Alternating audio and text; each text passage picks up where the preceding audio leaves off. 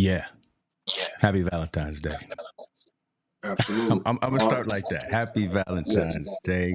Listen, Team No Sleep, February 14th, 2024. What to do with you, Montel Allen? How you doing, brother? Man, blessed as always, man. I Yeah. cannot complain. Just thankful for another day to have 10 toes down and have breath in my body, bro. Yes, sir. Yes, sir. My voice, y'all. First of all, I'm gonna apologize. We're gonna talk about it too, but my voice is still not gone from singing and dancing and dipping into some single malt scotch with okay. We're gonna get into that. Listen, folks, appreciate you for joining. I see you coming in. We're streaming on multiple platforms. We're all over YouTube. We are over on Facebook. We are on Twitter as well. So we are going to do the thing. First of all, let me say what's going on because we got a birthday girl in the building. Laura Williams, hello to you. Happy birthday to you, our friend. Well, listen, we'd be remiss if we didn't start off with some of course, negative news. Unfortunately, it's negative news, right? And we wanted to talk specifically about what happened over in Las Vegas, Super Bowl, all the good stuff around that, even though if your team may have won or not won. But today was just an ugly day in Kansas City at the parade. We got let's see, the note looks like right now, the live update, 1 person dead and more than 20 wounded in the shooting at the Super Bowl parade. So we're going to talk about that. And there's a couple of other stories that are happening around that as well. So, Montel, before we start getting deeper, your thoughts on that whole thing right there, right? We start off, the weekend is great, a lot of excitement, a lot of fun, a lot of like things are happening. Again, like I talk about your team, if they won, if they didn't win, but then you're going out to a parade. Let's say you were going to the parade. Let's say you were taking your kids to the parade in downtown Kansas City, and then next thing you know, even before it ends, because this story says that some of the team were still on the stage when this went down. Man, what's going on in the world today, man? Why can't we just not the Rodney King thing? Why can't we all get along? But why can't we do better? Why is this the headline story all over the news right now? We have an obvious problem with gun violence in our country. I mean, it goes anywhere from religious places to celebrations of teams winning to celebrations of the city, to all these different things. And, you have a mixture of we always say it, alcohol, depression, and hate, and access to guns start to contribute to these types of things. And to me, it's just sad. And to me, the narrative is we're seeing the same thing over and over again. Government and police say they're going to do something about it, but they're not figuring out the big picture. They're just solving band-aids to issues. When are we going to start holding the gun lobbyists and gun makers liable for wrongful death suits? Because we do it for toys, we do it for food. If the coffee's too hot and you spill on yourself, you get to sue McDonald's, right? If there's a toy that your kid swallows, you get to sue the toy company. They had no intention of having the coffee too hot. They had no intentions in making a toy too small for a kid to choke on it. So why are we allowing gun makers and gun lobbyists to continue to manufacture guns at an alarming rate to give people access to cause situations like this? At some point we got to limit the amount of guns that are being issued out there, or limit guns, period, and say you're not going to allow people to shoot American citizens no more. Kind of that's where my take is on it, man. I mean, we're just tired of it because obviously the police are outmanned and outgunned. They can only do so much, and I'm not. The police are trying their best. I'm not saying I don't think there's one police officer that's out there that's not trying to prevent things like this from happening. You know what I mean? They're not aiding it; they're trying to prevent it. But you're outnumbered. You don't have enough resources in order to help curb this situation. And obviously, police presence now is not even a threat to some of these people that want to do these shootings. They can care less.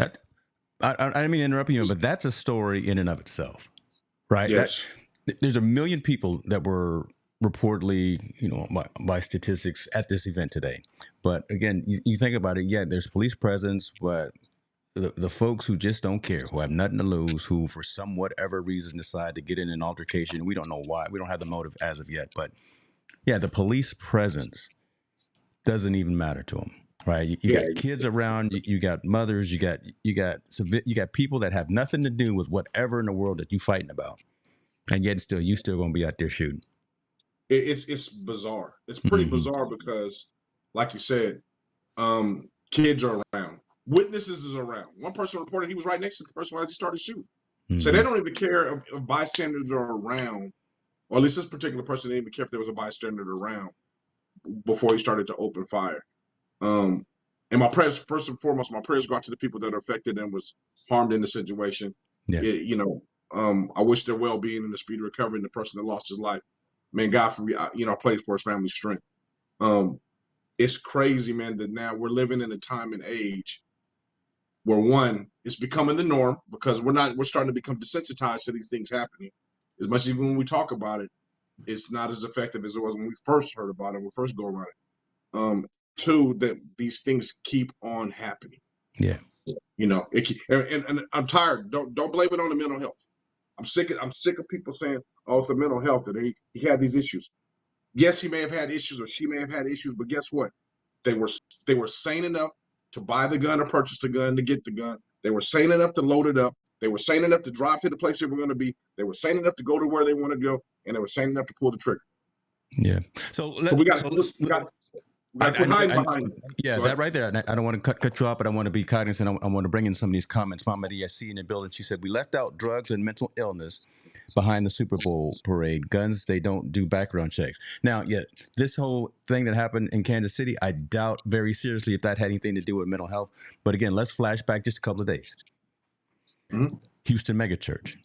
Yep. The young lady went out there, took her son with her, took her 7-year-old son with her to do this act. Here she is right there. Why is she walking around with an AR-15 when there were, as you see the story here, there were flags raised, from neighbors wondering about her. She had issues from a mental stability perspective as well, right? So she already shouldn't be walking around, especially with an AR. So again, I don't want to downplay that conversation. I want to bring it up because again, here's someone who's been kind of identified as someone who did have issues. Okay, all right, but we all hospitalized for schizophrenia and things of that nature. So my question for someone like that obviously was medically diagnosed with problem with a mental health issue that's been documented.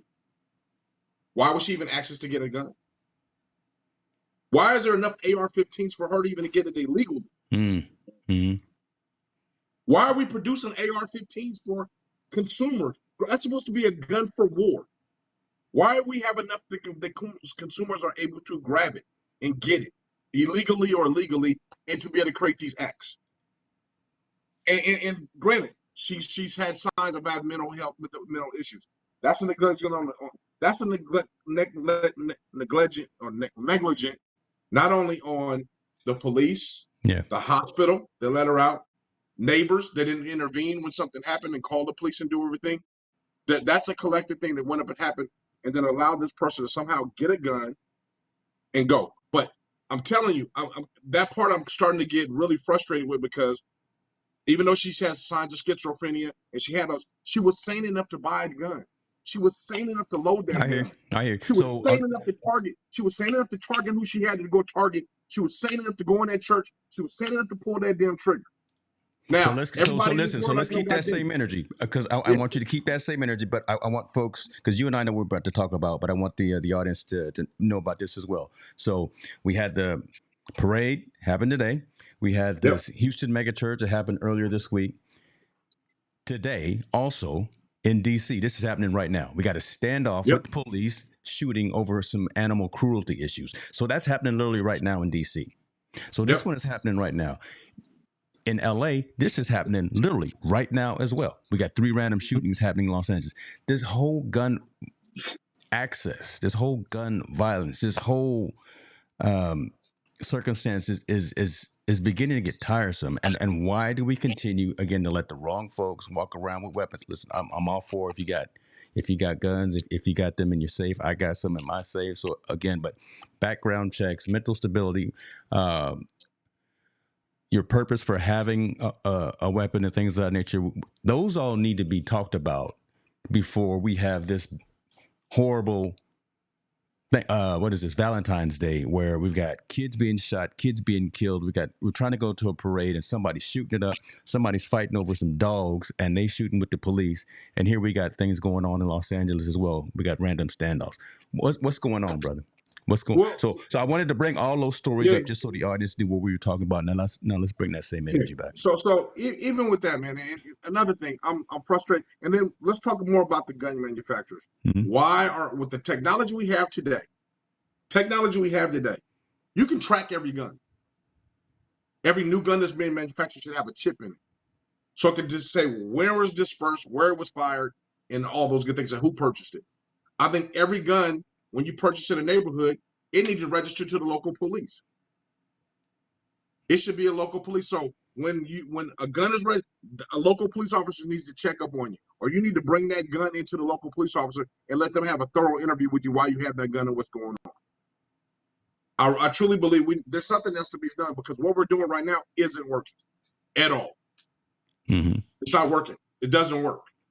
Kids are being killed. Schools are still being shot up. Churches are being shot up. People can't go to the parades. A person can't even enjoy a celebration or anything without the fear of it getting shot. Me and you even said that. We were talking about, I even told you when we were driving, I said, man, I don't even know if I would go to an outdoor concert in Vegas due to what happened a few years ago about shooting out. Do you not know? So, folks, y'all know that Montel and I literally just got back from the Super Bowl, and we talked about that in the elevator, right? Yep. That was front of mind for both of us. We didn't want our story to be on the news because we were at an event, because we were literally right there, and so we can't even go out to an event like that, have a good time without worrying about those types of consequences. So, again, this is front of mind for both of us right now. That's why we're so passionate about it, and I know you guys are as well, looking at the comments that are coming in. So, yeah. So, man, I'm just, don't get me wrong, man. I know there's mental health issues. I do, and I'm not minimizing that at all. I'm really not. But we have millions of people that have mental health issues, and millions of them that don't go get a gun and don't shoot people. They don't. Yeah. And now we have these few that do it, and they hide behind the mental health thing. I'm sorry, I'm not going to buy it no more. I'm not buying what you're selling.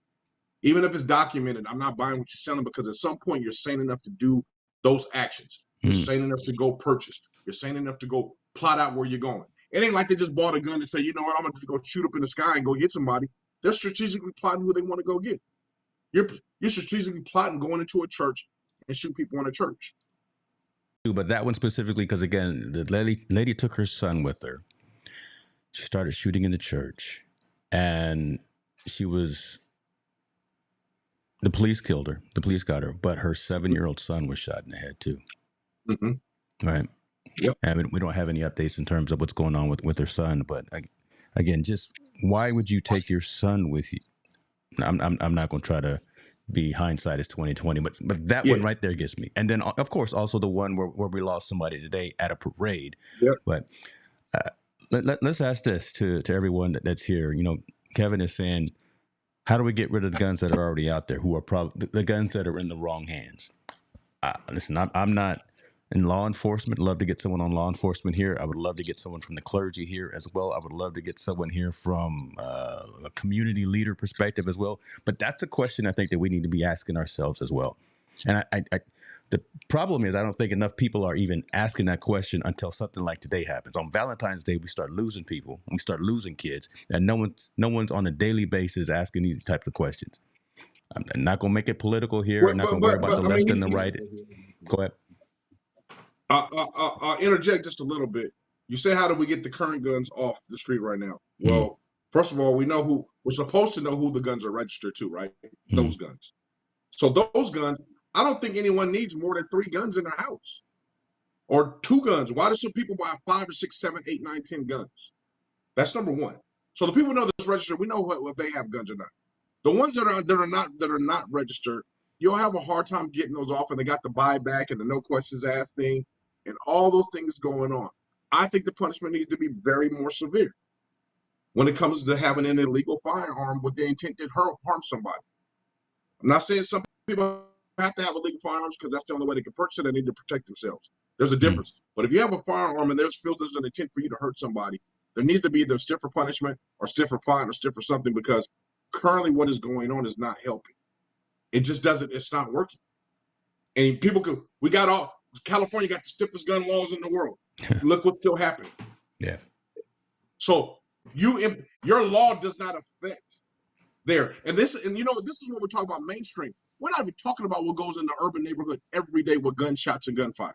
Get into We're that. not talking about what goes on in South So Sacramento. we're gonna talk about some sports too, and we're gonna talk about the game. But this is more pressing right now. We got to get into that. Dive into that a little bit more. Let's pull that Band-Aid back a little bit more. Go where you were going. Yeah. I'm just saying we're not talking about what happens every day in urban neighborhoods.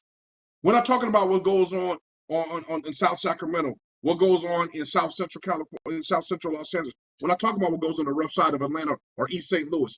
Those gunshots happen every day. They don't talk about that, but that is a reality that it happens. We're not discussing those things, but unfortunately, we have to discuss these situations because they come into the mainstream of the stories. But that all trickulates down to the same thing. Like there is something that needs to drastically be done about gun control. And gun manufacturers, I'm sorry, need to be held accountable. They do. Once you hold them accountable for doing things, guess what? They'll stop making guns, or they'll make guns differently and safer. If every gun had a chip, there would be no illegal gun. Think about it. You could chip every gun. Every gun would know exactly where it is, what happened. Loved, yeah, I remember now. Again, denial. So I'm not sure where we can start, but it needs to start with we can leverage off of technology, and we can leverage off of new gun laws and gun rules that are practically being enforced. And I would say, this is what I would say. If your gun is purchased already, you need to, it's by law, you get it chipped. And every gun from now on needs to be chipped. Once it's chipped, we can track it, find it, know where it's located, and so on and so on. Now, will that stop every killing? No. But it definitely sure solve a lot more crimes, and it'll prevent people from doing more things from there because they know it'll be traced back to them. I don't know if that's the route to go, but I do like the fact that you're thinking outside the box and you're thinking of doing something more proactive than reactive. I need to bring this comment up on the screen because shouts out, I got my mother-in-law in the building. Mama Sheila is here. She says, we have always had guns, but now people are going crazy, wanting fame, and there are also no consequences anymore for anything. That's the word right there. That. Right? I respect that. Yes. And that's the mentality of folks. Not just to the high elevated level of gun violence, but it's crime. Listen, I don't even go to San Francisco anymore. I love San Francisco. I'm scared to go to San Francisco anymore. Right? My question would be that person, are people crazy or are they now becoming more desensitized to violence? We're absolutely desensitized. Absolutely. So, I mean, you got to think. And we as parents are part of the problem too. Our kids are playing shooting games since they're 6 years old. Become 6 all the way. And I'm not blaming the game company or nothing like that. I'm not saying it. But I'm saying we play video games that shoot people from 6 years old. We watch violent movies that show shootings that don't show any sensitivity. So by the time you're 18, 19 years old, especially if you have any kind of mental issues or you're easily influenced, guess what? You're very desensitized to shooting a gun and shooting a person. It doesn't affect you probably until after the fact that it's done. So we as consumers, we got a part in this too. We got a part in this situation that's contributing to all these people with these mass guns and people shooting each other because we desensitize our children. So you have desensitized, mental health issues, poverty, desperation, no opportunities, lack of education. You got a melting pot for somebody that's ready to explode. We still haven't answered how we're going to fix any of this. I gave my scenario.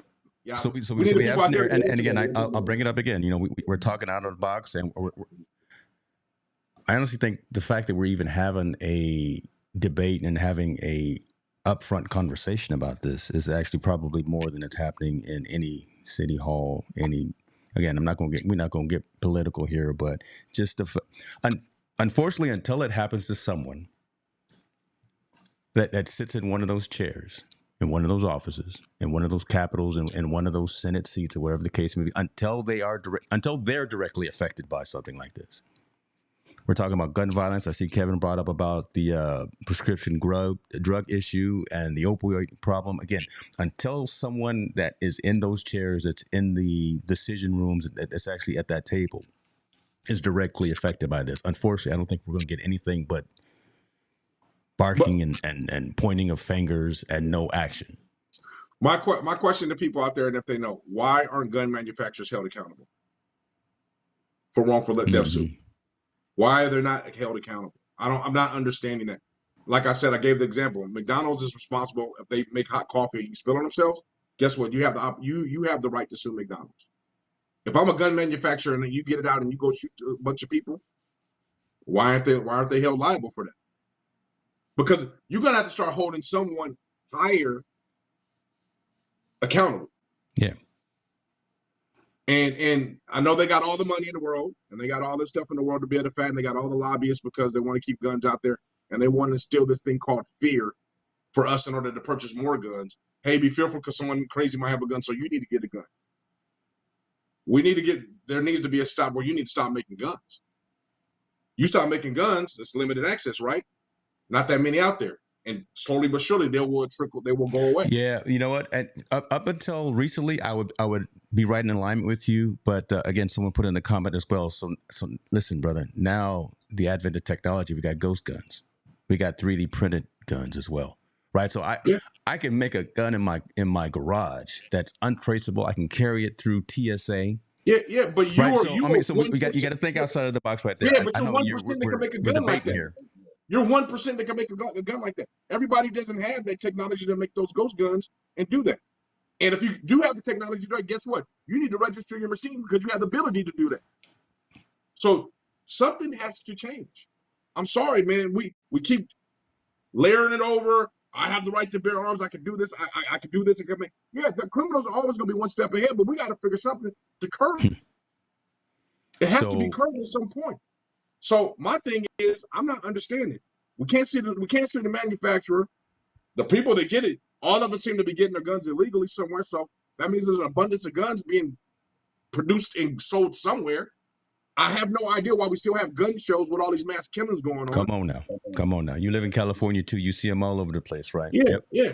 Yep. So I'm not understanding. And then, Kevin, I do understand, honey. I know you can get them for cheap and do all that stuff, but most people don't have 3D printers. Let's just be real with it. They don't have it. They can access to get it, but they don't have it. So I'm just, man, there's got to be something done in order to curb somebody having a gun, not having a gun, or for having a gun. So hopefully, there's no silver lining of this. There's literally no silver lining. But hopefully today, Super Bowl parade, DC police wounded over an animal cruelty issue. Earlier this week, Houston megachurch.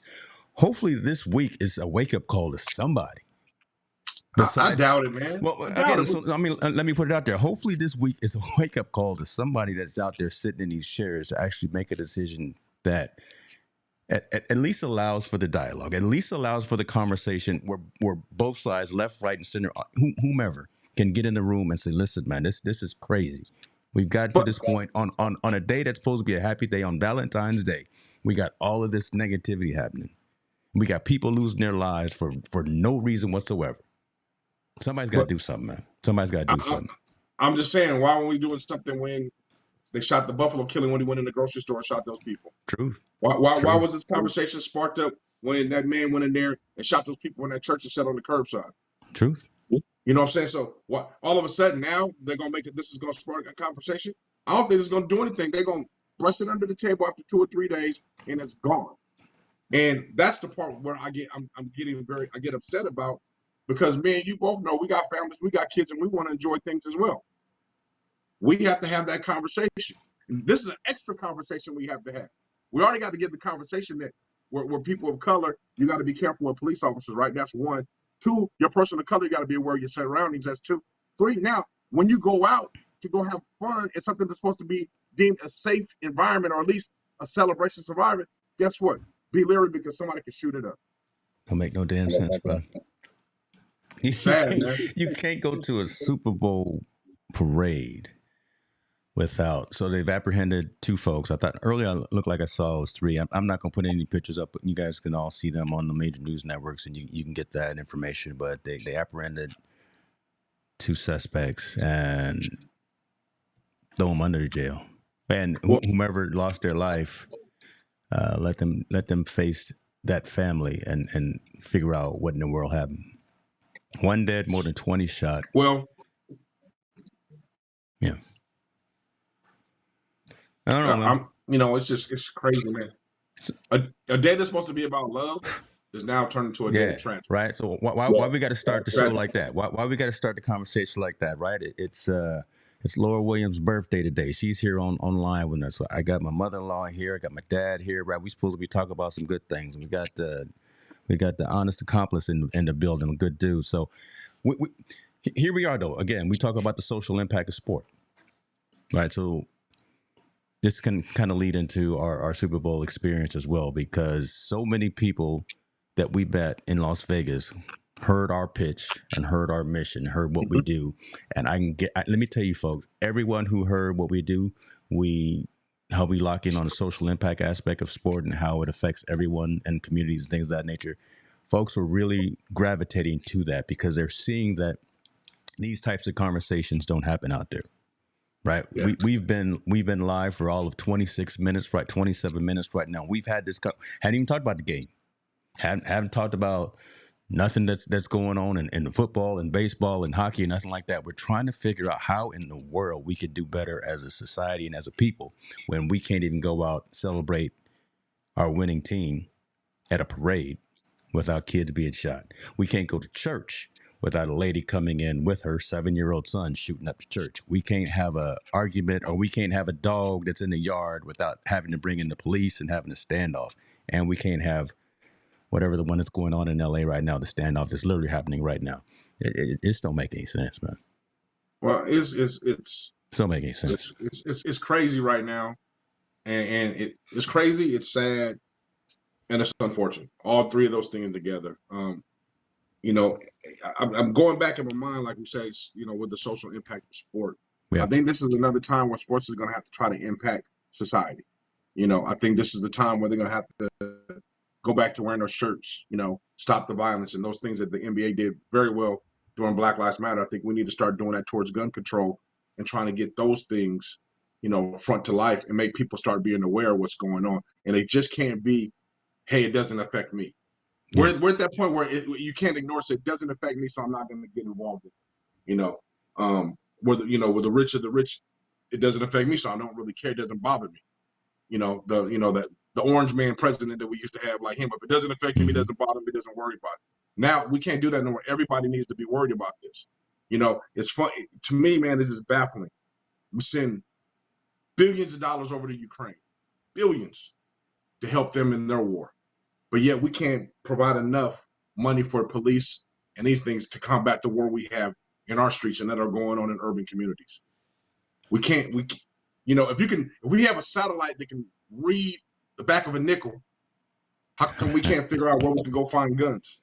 No, I'm being real. I'm being really honest. We have all these things that we put so much money towards to do certain things, and we send money to other countries to combat what they're going on and to fight their war. We can't even fight our domestic war. We can't even control our domestic communities. And this now it's funny. It's all in the front because it's not just happening in the poor communities. It's not just affecting people in urban. It's not just gang violence. That's a good point. It's not just happening in the hood no more. It's happening everywhere. See that every time, hey, folks, every time we get to talk about something, Montel's phones get to ringing, and it's the FBI or something checking in on us. So it's happening everywhere, and now people want to kind of open the eye because it now makes front news page, and obviously social media is a big impact in getting this news out. But now it's time for everyone needs to care. We were just watching, I was just watching the ballot for Congress or state senator for California. They had the discussions on TV. Mm-hmm. Now, one discussion was about gun violence. Not one. They talked about homelessness, which obviously is an issue that needed addressed. They talked a little bit about mental health. They talked about nothing about guns. And all those people their pockets will be filled by gun makers because they want them to lobby to make sure they are able to still produce more guns in our communities. Every last one. Everyone in the United States political world is touched by the gun community, the gun makers. Because it's NRA, right? NRA? Yeah. They're the most powerful lobbyists in the country. That is true. So money trickles down to everybody. Everybody, all of them. Whether they say they're against guns or not, even Gavin Newsom, who he talks about he doesn't like guns and all that, somewhere along the line, he's getting a paycheck somewhere indirectly from them. So So let's do this. Let's Yeah. bring this plane in and say this piece right here. If there's any call to action, it's Yep. everyone to be vigilant, everyone to make some noise, everyone, our biggest, I guess, sword, our biggest pen that we can use is our voting. Sometimes it seems like it doesn't do anything, but again, just we have to be. Us, the everyday common citizen, needs to be active in our community in order for any changes to happen. We can't just be the Monday morning quarterback sitting in our house watching the news tonight and just be like pointing a finger at the TV, saying them people, those people, they should be better. Or you revert and you just say, you know what, I'm not going out. They've won. Right. If you say, you know what, no, I'm not going out to dinner. I'm not going out to the movies. I'm not going out with my family because now I think everyone around my town is crazy and they're going to shoot a gun. Then they've won. So if you're not vigilant and if you don't speak your mind, if you don't get out to your community leaders, your mayors, your sheriffs, your chiefs of police and things of that nature, that's a way to get it done too as well. And that's how you can talk about legislation, about tagging guns, like you were saying, and everyone who has one go through those steps and process. I know it may not be popular with a lot of folks. Again, don't want to get too political here in this conversation, but what else do we have? What's another mode of action that we have to actually get something done out there? So be vigilant, be conscious in your communities, stay abreast of the news, know all sides of it. Don't just be locked in on one side of the news. Make sure you hear there's always three sides to a story, right? All right, man. Let me look at these comments, man, because folks is chiming in. Appreciate y'all, man. This is a tough night here. Let's see. NRA and pharmaceutical companies both are super powerful. Yes. Dan is saying that he said Montel, a friend of mine is named Mark Talley. His mother was killed in the top shooting. He took that and created a nonprofit to try to stop gun violence. So again, those are the types of conversations that we need to be having. Tallboy, I'm not sure if you're still here. I don't mean to throw you out there under the bus, but I know Hannah, right? I mean, your extended family member. I believe she's part of some legislation and some activist groups. I would love to get a chance to talk to her, right? I know she spends time in the Capitol and things like that. So. Can I interject just like real quick? Like, go ahead, brother. We had the opiate thing that really went big. You know, there was a lot of people were dying from, and they passed that law right away. If you get caught with it, you're going to jail for a very long time. Quickly, swiftly, move fast. Yet we're not moving fast on these mass gun killings. We're not moving fast on these things. I mean, I believe the gentleman that shot those people in Buffalo. I think his trial just began like a year later. So we're not even moving fast when we catch the people that do it to send a stiff message. So I'm kind of confused. Maybe I'm wrong. I'm not understanding, but I don't know. I wish someone that is a part of legislation can explain why that process is so long, or why it takes forever for things to happen when it comes to those types of things. You know, because I just don't know. I try to be educated. I try to read as much as I can. I'm just not understanding. Why does that take so long? But when we do the opiate thing, even when it was back when the crack epidemic, the laws were passed swiftly, quickly. You're doing a lot of time in jail, period. So why aren't we doing that for possession of gun when you're about to do harm or something like that? I'm not understanding those types of things. Eric Holder, who shot Nipsey Hussle, killed Nipsey Hussle cold-blooded, he's still not even went to trial yet. Yeah. That's been almost 2.5 years. Come on, man. I mean, so I don't know, man. I get confused about it. And I get upset about it because even though I'm not directly affected, I'm indirectly because I have kids. I have children who would love to go to that kind of parade. Yeah, I love kids that would love to go to those concerts. And y'all, and a lot of folks probably that are watching now as well know my kids were at the concert that was here in Northern California. I don't even remember which one was it. I forgot who it was. Dang. Was it Kendrick or Tyler? Was Tyler the Creator? It might have been Tyler or it might have been J. Cole or something like that. There was a huge altercation. They got to shooting, and literally it happened at a Taco Bell, and my kids were there 10 minutes before it broke out. My kids and my cousins, my wife's cousins' kids. So what does that make me? My nephews and my niece and my nephew. Yeah, I'm all family, flabbergasted. right? Right, Well, right, it's family. It's family. right. It's So family. That's again, all. it's too close, man. That's Yeah, too close. So, all right, man. Let's go ahead and lock in. Let's get focused, man. Appreciate y'all for being with us because again, that matters, and we had to have that conversation. I'll bring up a couple more comments here before we move on. Dan is saying it's not moving because the bulk majority of shootings do not affect the 2% that rule the country. Dan is there. a very knowledgeable Boom. man in terms of diversity, equity, and inclusion. So appreciate him for being here and chiming in as well. Kevin Absolutely. is saying innocent until proven guilty is a major time factor. Have to gather and present the evidence and give a chance for rebuttal. We got some smart people that are in our community, man. So they chiming in. So I let's agree with that to an extent. I agree with that to an yeah, extent. right. See, I didn't Yeah, want you to yeah. get. I just wanted you to read it. We'll discuss that offline, but I think I agree with That's that to why I an extent. paused when I read it. Right, I said, "Oh, my tail about to get on one." Yeah, But yeah. but No, I'm not what gonna try. No, but but that's what I'm saying I is we agree got. to that to an extent. Yeah. I agree that to an extent. Yeah. All right, man. So we gonna switch gears. 180 degrees here. Montel Allen, I took you to Las Vegas, brother. We spoke it into existence, folks. Spoke it into existence. Last year, we said we gonna take something. And I said I was going to take, Team No Sleep, conscious conversations, perspectives, and focus, something to be live and in person with the community.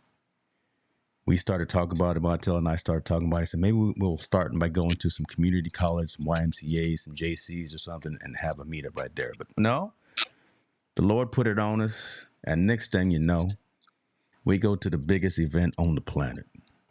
Montel Allen, how was Super Bowl in Las Vegas? Your first time rolling with me out there in these streets, man. You doing all right? Oh, I'm good, man. I'm like I said, we're blessed to be a part of it and do it, man. I Yeah. was just, I took away not only the fun part, which is great, and all the stars we saw, which was wonderful, Mm-hmm. but I took away a little bit more, talking to the Faulkners and talking to the Ryan family as we discuss things, Go ahead man. and We'll drop talk some about that a names. little bit Go more. ahead and drop some names, Yeah, boy. yeah. Those people I think made the most impact on me as we were there more so than anything because they're fighting the cause that man, not that I wasn't aware of it, but I didn't realize how detrimental it is the cause they're fighting. And these are people that are involved in sports, so it Yeah. is a social impact. The Ryan family are directly involved. The Faulkners are people that are really close to people in the sports world, and this sex trafficking thing. I didn't realize how crazy it is or how wild it is until hearing the story from Mr. Faulkner and then talking to Rex Ryan's wife. Rob Ryan's wife, discussing it with her, all the issues that's going on. Okay. Well, hold on, man. You Yeah. dropping Go. names. Let me get these people on the screen now. You Yeah, dropping yeah. names. You hearing Faulkner's and you're hearing Ryan's name. So here we go. I'm gonna put this right there. Shouts out to the Faulkners right here. That is the Yes. husband and wife couple to the. I guess that's right of me. They are a philanthropist, entrepreneur, oil magnate, winery owning family who is very close and very much intertwined with the business of Mm-hmm. the NFL, right? Yep. Tracy Faulkner was dropping names and introducing me to players and having me, shake hands and take pictures with folks that I was like, oh my, you Yeah. you really do know these folks. So again, that's the caliber of folks that we were engaged with. And before I keep going, shout out, I want to appreciate my brother-in-law, JJ Rabin, who coordinated everything for us to be at this event, the Athletes in Action breakfast, which is where the Bart Starr Award is presented. So Minka Fitzpatrick from the Fitzgerald. Oh man, he's a Steeler, man. I'm gonna get his name right.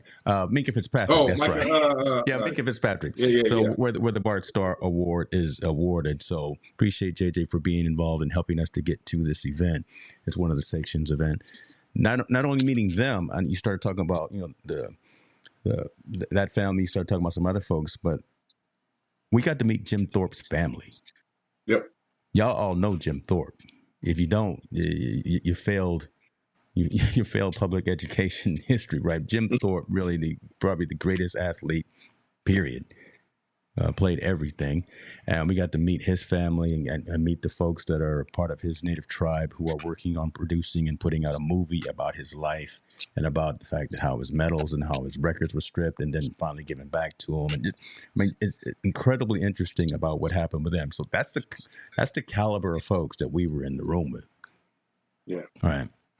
Mm-hmm. All right, I had to put some pictures up, man, because you were dropping names, man. I can't just let the. Nah, man, those are wonderful people we got a chance to meet up with, man. On, let me take that off there because I got Miss Faulkner's home phone number. Yeah, don't put her contact information there. Yeah, don't do that. Yeah, but no, we met some really good people, man. Yeah. The whole team was there. Shouts out to this dude right here. We've had him on the show before too. So Ray Leonard Jr. right there. Him. We got to meet Def Jam executive Bimmy. We got to do a lot, man. We met a lot of interesting people and go, but and talk to a lot of different people. We met with Mike Tyson's videographer. We was hanging with him for a minute. We met with Tyreek Hill's videographer, right? Okay, so I was going to go into that. So folks who may not know and folks who do know, there was a videographer who used to work for the NFL, who was working during a Miami Dolphins game. Tyreek Hill scored a touchdown. This young gentleman was in the back of the end zone, and he gave Tyreek his cell phone to film his touchdown celebration. Subsequently, I believe that night, probably, or either the next day or that night, the NFL fired him for that because it was a breach of contract. The guy standing right next to Montel is that individual, Kevin Fitzgibbons, who was fired by the NFL. But the two guys that we're standing with right there, they have started their own sports agency off of that 15 minutes of fame. So the guy that was fired for giving his phone to Tyreek Hill, standing right next to Montel right there, and they have young cats too, mid-20s, started their own sports agency, and one of their primary contacts and accounts is Tyreek Hill. That's not bad. Yes, sir. Really good young guys, talented young man. Man, it was a weekend to remember, and I think we did such a good job in this man right here trying to be all elusive. Montel trying to meet Dr. Oz, and he was like, "No, I didn't try to meet him. I just pointed him out. I don't want to meet him. He's good. I just pointed the dude out." Dr. Oz had nothing to do with us, man. We was trying to holler at him. He didn't want to have. He wasn't on the phone, y'all. He just pretended he's on the phone. Yeah. But I mean, we've been invited to go back next year, which is crazy. Yeah. So we made a pretty good impression on a lot of people. We got invited to go to New Orleans. So. Yeah, so I'll get into that. I don't want to put the cart before the horse. I'm going to keep showing some of these pictures, but I also want to give some props and shouts out to Gordon and Troy Hinkle right here with CESI. So the esports community as well was there, and we helped do some promotions and do some engagement with them. It's amazing how big esports is getting. Yes, it's multi-million dollars in terms of just what's going on and the sponsorships that they're gathering. From young girls learning to code and young girls that are out there playing games and doing good. There was a gaming grandmother that was out there kicking everybody's butt. There were, I think they had Michigan State and University of Michigan that were sponsors there. They had, Juju Smith-Schuster was up there playing. Look at Montel up there hobnobbing and networking with Juju Smith-Schuster. Well, that's my dude. Right. And so notice that sign in the background, Sly. Yeah, shouts out to Sly, right? I mean, Sly, who your son has an NIL deal that we connected with here from Team No Sleep, and then oh man, I called him old. This old school dude that's standing right there. Tell the folks who that man is right there with the red tie. Man, the very, very, very powerful super sports agent Lee Steinberg. Oh my God! And that man is in the sports world, he's somebody. He's very special in what he's done and what he's accomplished, and how he represents athletes. So that's a very powerful man, and we got to attend his event, which was great. And got to rub elbows with a whole lot of folks while we was in there, which is Lee good. Steinberg, for folks who don't know, is the man who facilitated Michael Jordan's original deal. This man has been. He is the game. He's been in the game for a while. So I'm gonna go ahead and gloat a little bit, show a couple more photos here. So there we go. There go Rob. So Rob Ryan was there supporting his wife who is the CEO and founder of an organization that is locked in on ensuring that sex trafficking and human trafficking stops. Mm-hmm. Right? Yep. They have all the ins and outs of what's going on in that underground economy, that underground system, and they are really working on getting athletes again who are instrumental and influential in the world about these type of things. And they've got this backwards K project, as they call it, and they're really the backwards K. Think of it, baseball. They're trying to strike out human trafficking and sex trafficking. And this man right here is this man right here is the salt of the earth.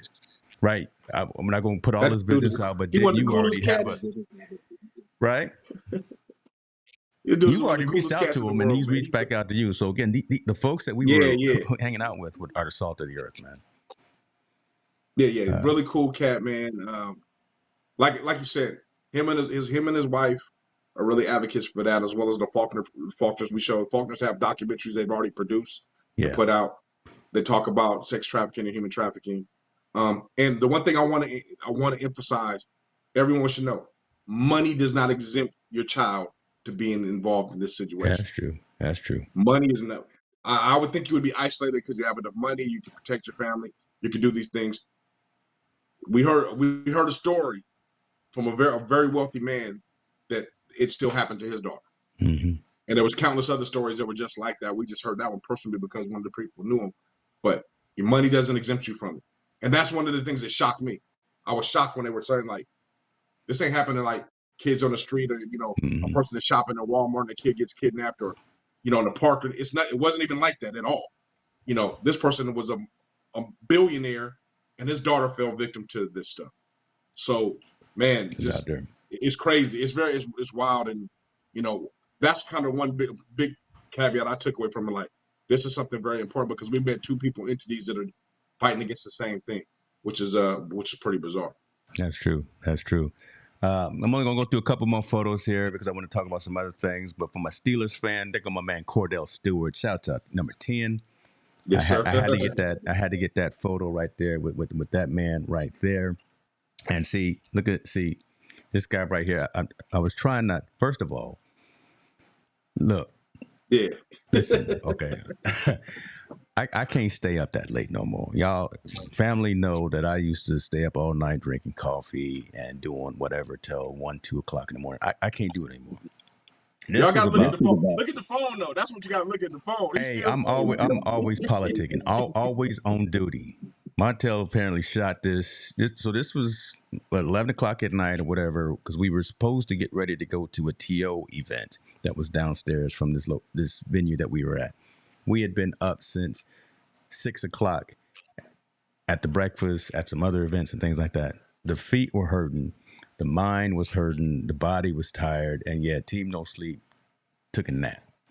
Yeah. Took a nap. He We didn't was even make asleep. it to the Team No TO Sleep event fell that night. asleep. So yeah, I figured that tall boy would see that off of the cuff right there with these pictures, man. But that's all right. That's all right. Let me see. I'm Yeah. gonna bring up a Shout out to couple. Gary Vee though. Gary Vee threw a great event, man. That was a great Yeah, event that we went to. yeah, Cool. Here's another cool cat. I didn't even know who he is until we got there. That's a cool dude, man. yeah, Cool dude, yeah. cool event. That was nice. Very, very nice. Hanging out with those guys.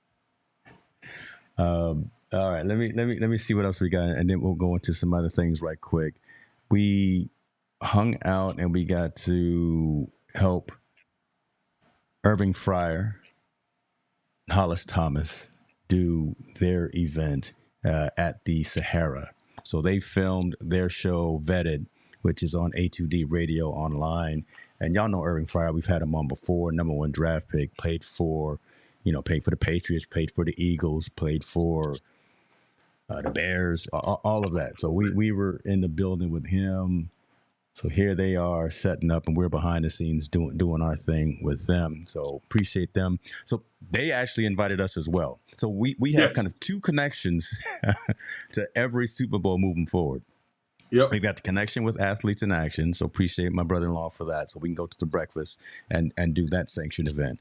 But we had such a great experience with Hollis and with Irving that they said, listen, New Orleans, Santa Clara, LA, the next 3 Super Bowls, and Yeah, essentially every Super Bowl moving forward, they want us to go there as well. So we very blessed and very humbled to be able to be in that kind of circle with these kinds of folks. So yeah, that was real dope. That was real dope. yeah, it was fun, man. My man, can't forget Chickley and Peach, man. Oh Those my those good. those Oh yeah. So there we go. those are So those are cats. so Chickies and Pete's is the Yep. name of the restaurant. They've got, I guess, many locations all across the country. We were at the one in the Sahara, which is where we filmed that little short segment that we did for Team No Sleep and for Irving and for Hollis. But the man right there showing off his Philadelphia Eagles Super Bowl ring, that's Pete Sr. Yep. And the guy behind Yep. him is Pete Jr., the heir to all of the Chickies and Pete's. Again, so this was where they already dressed. No, they weren't dressed yet because they were going to the game. It's like that, you know. Pete Senior was taking the whole family to the game. But when you interact and engage with folks at that level, at that caliber, it was no talk about money. It was no one was below or above them, right? They were just really cool folks. So the Faulkners, Pete Senior, Pete Junior, Irving Fryer, Hollis Thomas, all of Bimmy. It's a different conversation, especially when you come there with mutual respect. When we came there and we talked about who it is and what it is that we did, it didn't matter financial or tax brackets or anything of that nature. Is how can you help me? Again, like I say, someone like a Rob Ryan, who you got phone numbers from and you've already got phone calls for your family, and is building relationships, networking, having business conversations at the biggest event on the planet. It was a success, brother. It was a success. Very successful event, successful hanging out with everybody. You know, we met a lot of good, genuine good people that were there. And it's funny, they were looking out for our best interests as well. You know, Bimmy from Truth. Def Jam connected us with his people that are promoting him and his thing. And we just met a lot of good people, man, that were really interested in what we're doing, and they love the premise of where we're going with Team No Sleep, and how we're not talking about the scores, but we're talking about the uncomfortable conversations that go on behind sports, or sports are directly involved. Yeah. So our niche is something I think we got a gut carved niche. Here's a hit. Definitely in the social media world, yeah. So now it's time for us to blow it up. So we got to ask you guys, the fans, man, tell a friend, share with a friend, because I think we're about to grow something very spectacular, especially with some of these people that are in our corner trying to push us and help us get out there. Yeah, it's really dope, and we couldn't have done it without the community. We do this for the community, and we do this for the ongoing dialogue. We do this to try to, again, like my old boss used to say, make a dent in the universe, and we're starting to do that. I'm not sure if I see you, Mr. Stone. Appreciate you for being here as well. I was talking with. Listen, y'all see me drinking some. Okay, we got some new sponsorships. We got some new partnerships that we got in the building. So shouts out to San Francisco Distillery. Oh my goodness. 49 Mile Bourbon right here is what I'm sipping on right here.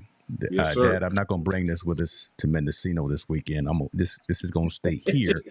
But I told him that I was gonna be drinking it tonight at probably every single Team No Sleep. This will be our official drink, and I know you may not partake. You didn't even drink too much while we was there, but you know, I got you. I don't partake in some alcohol Gatorade. much, I got you.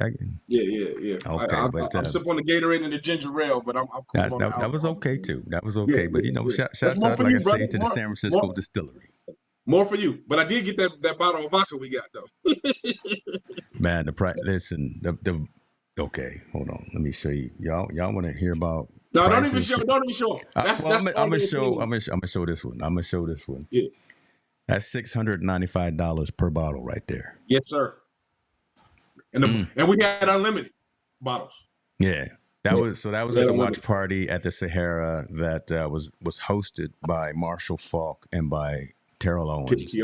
And they had, those two had a number of players that were there and just kind of raised the caliber of the folks there. So that was where Irving Fryer was, and that's where Hollis Thomas was. But yeah, that's $695 per bottle. Yeah. We finished one. I think somebody stole that second one. Someone stole the second one. Someone stole There the was- second one. Who And we probably had, wasn't supposed. I mean, we could have brought some more in, but I think it was running late, and I don't drink, so I didn't grab any. I know there also was like several New England Patriots. The guy next to us was the Rams. On the other side, to the right of us, he played for the Rams. Yeah, He's from he's retired from the New England yeah, and Patriots. Tully right here, right? He's doing some big Yeah. things too. So he used to play Yes, sir. for. Patriots. He's got the Beach Football League. We're Yeah. gonna have Tully on here, so stay tuned for that, folks. We're gonna talk about beach football as well, which is a really interesting concept. He was breaking it down to us. So there's some folks out there doing some big things, some good things, and quite interesting as well. So Yeah, it was cool, man. I can't complain. The experience was very, very good. yeah, don't complain because Yeah. you're gonna need to be ready next year. Don't complain. 'Cause, Next year, we'll be ready. We'll be ready to know what's going on for real.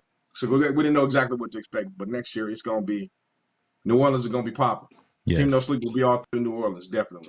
All right, so we walked down memory lane there, and we did a little humble brags. Talk to us real quick about we're gonna be cognizant of folks' time as well, because I know y'all probably want to go do something with your sweethearts.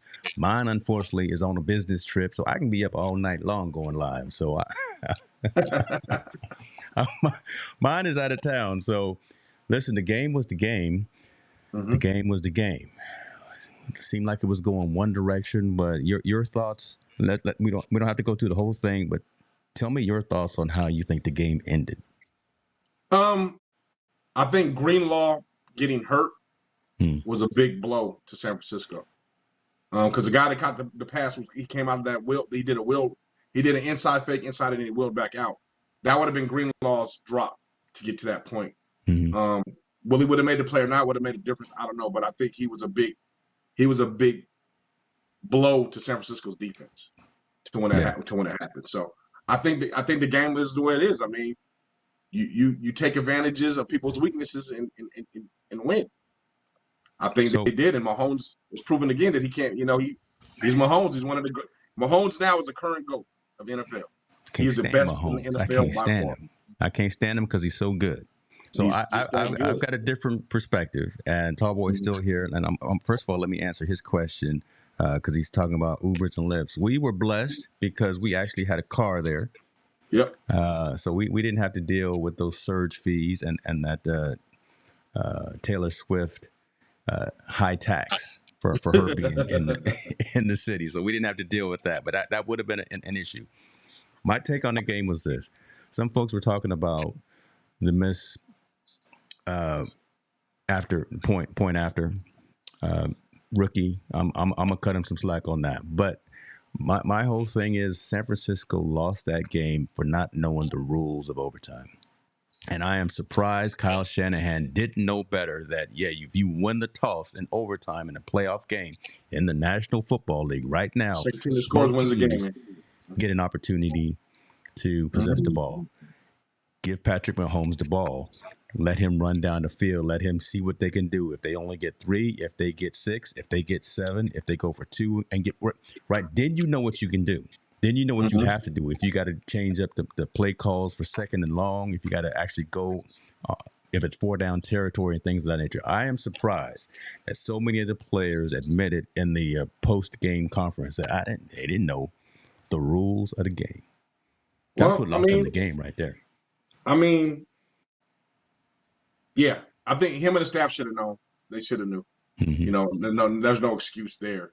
But I can also understand being caught in the moment. And the moment they're in is the biggest moment in the world. You're thinking fast, furious, and heavy. You're trying to get something going.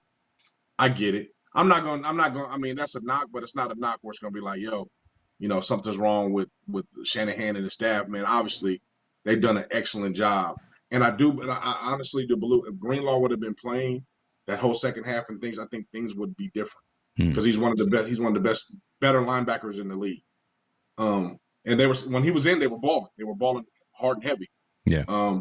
So I think that's we can always point to certain things. We're being what quarterback coaches. I mean, quarter. Yeah. Hindsight 2020, right? Hindsight 2020. But when you're in the game, man, I thought he called a good game. Come on, man. They put up that many points. You're supposed to win at that point. Yeah. You just got the greatest guy in the game on the other side that And he didn't make plays with his arm; he made them with his legs. Right? The thing you didn't think he was going to do, he ran for in that last drive going to the Super. He ran for 3 first downs. He ran for 3 of them. Yeah. No, I mean, completely dog. agree with that. No, there's Yeah, no debate or no doubt about that. Even Purdy played a really good game for being quote unquote Mr. Irrelevant. yeah. They really should have given my vote for MVP, Christian McCaffrey. They should have given him the ball more and just let him barrel through. You saw what that boy did when he touched the ball, even though first play he did fumble. But that was an anomaly, right? Him and Pacheco fumbling, those were those were unicorn things. That normally happening. But give Christian McCaffrey the ball and let him do what he does.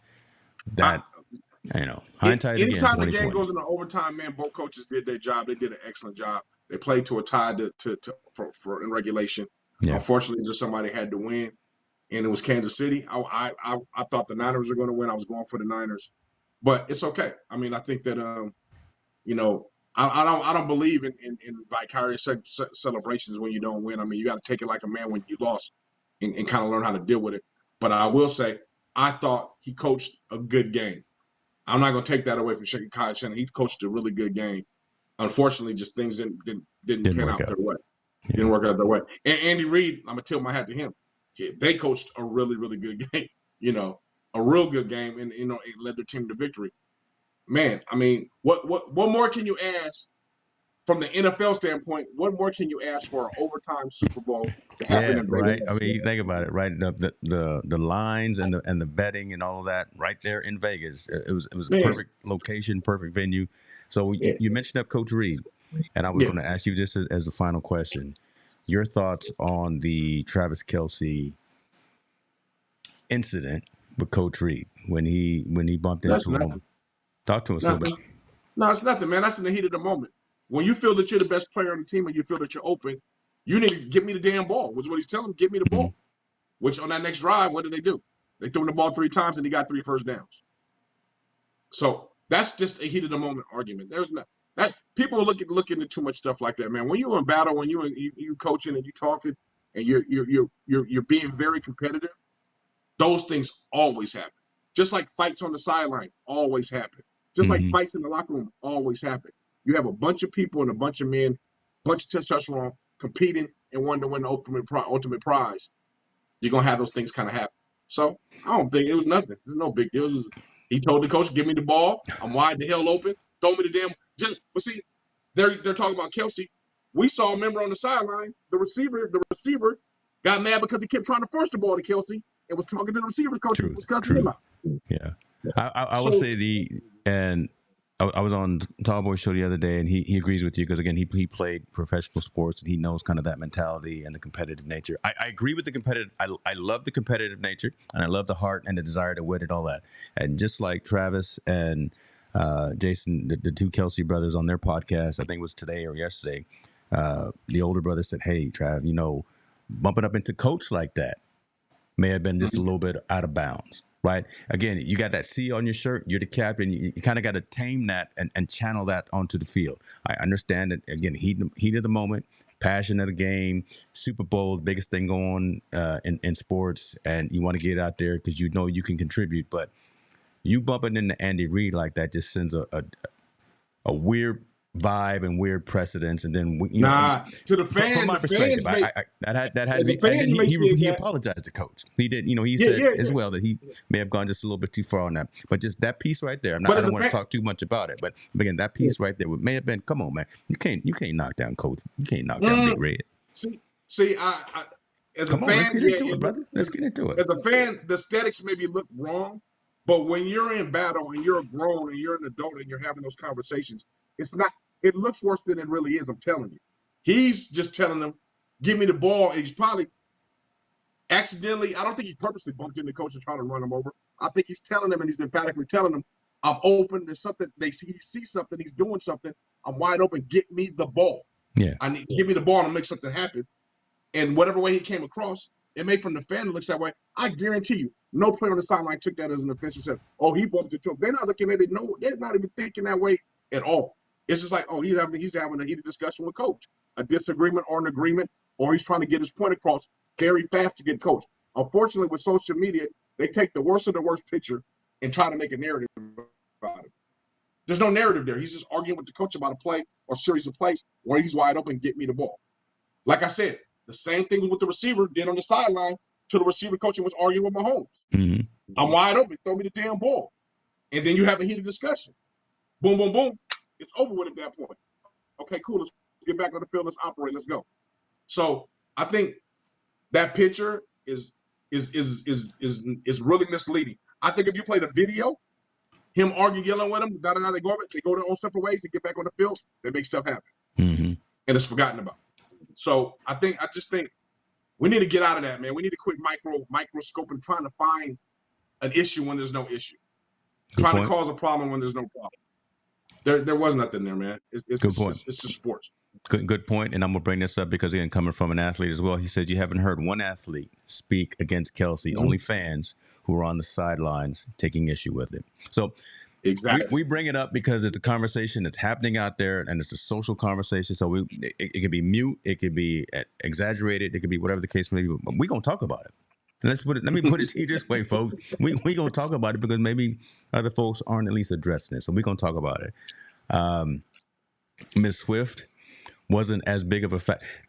Everybody, just leave her alone. We're not even going to talk about it, right? She was inconsequential to the game. They showed her all of less than a minute in total times, but she did raise the prices for everything that was in that town that night. So the economy in Las Vegas, they kept the lights on for sure, and I got a feeling it has something to do with that young lady. The tall boy, ATL showed up. ATL, rolled up, man. They did their thing. You got to give you shout outs on that. You okay? You so let's. You want to end? Okay, you want to end on that? Let's end on the halftime show. Yeah. We can talk about this. Has Swiss Beats called Usher yet and be like, hey man, what you again, man? We trying to make something. There's nothing there, man. I just know this. Hey, if my lady was if your wife was a performer, bringing in that kind of money, you would be quiet too, just like I don't know. I'd wait till the check cleared. I'd wait. Well, even though they don't get paid for that event, I'd wait till the automatic deposit happened. But go ahead. Trying to make, bro. That's the one thing with social media. We try to make something out of nothing, man. Like really, it's not. That's nothing, man. He hugged her from behind. He probably was thanking her for coming out and doing it for free and doing all that stuff. Why he's hugging up on her? Whether they have past relationships, I don't know. But there's nothing for Swiss Beats to get all bent out of shape about, and definitely for nothing for Usher. He got married that same night. He got married. Sure did. He got married, and she's pregnant. So top 3, 4, 5 of halftime shows. Where does that fit for you? Listen, it's got to be up in the top 3, 4, 5. It's top three for me. Top 3 for me, definitely.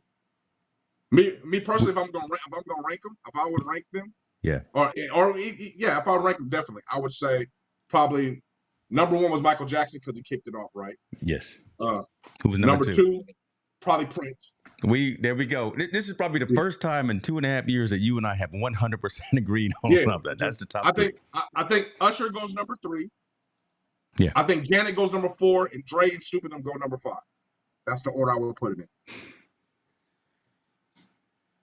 Yeah, I don't know if Janice was that good because it kind of. Janice was. The only thing that messed up Janice was the nipple slip thing. And everybody made good, but she had a good performance. Now, I will also say this: I think Rihanna's was one of the worst. I didn't like Rihanna's performance at all.